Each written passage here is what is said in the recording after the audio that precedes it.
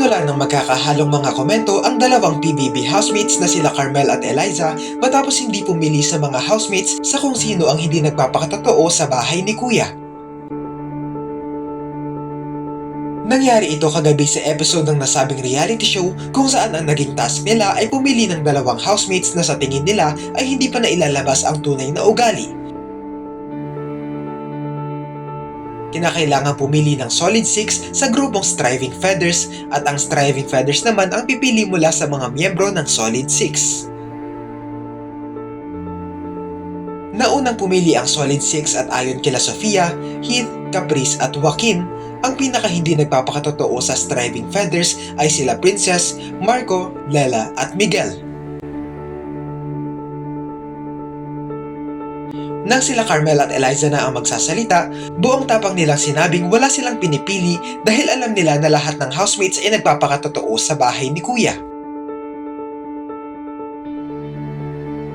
Ayon kay Carmel, mas pipiliin niyang matalo sa task dahil sa tagal niyang nanatili sa bahay ni Kuya ay hindi niya masasabi na may hindi pa nagpapakatotoo sa kanilang lahat. Ayon naman kay Eliza, mas nagtagal ang mga housemates kaysa sa kanya dahil dati na siyang na-evict at alam niyang naipakita na ng lahat kung sino sila at kung ano ang kaya nila. Panoorin ang video. Because I know na sobrang bigat and sa tagal ko dito, hindi ko masasabi na lahat tayo dito hindi nagpapakatotoo or kung sino man sa inyo or kung sino man sa atin. So mas pipiliin ko na matalo tayo kaysa ganito yung nangyayari. Doon po ako mag-stick, kuya, sa desisyon ko po, kuya. Wala na po akong ibang sasabihin pa.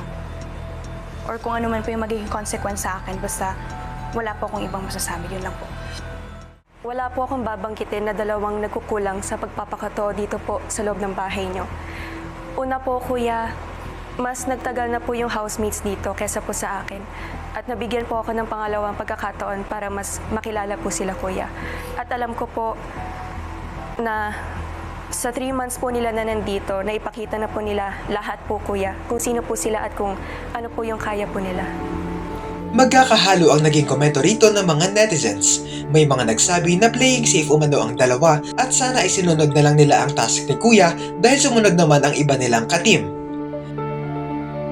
Samantala, may mga nagtanggol naman sa kanila at sinabing natutuwa sila sa ipinakitang pag-uugali nila Carmel at Eliza na mas piniling maging mabuti kaysa gawin ang tama pero makakasakit naman sa damdamin ng ibang housemates.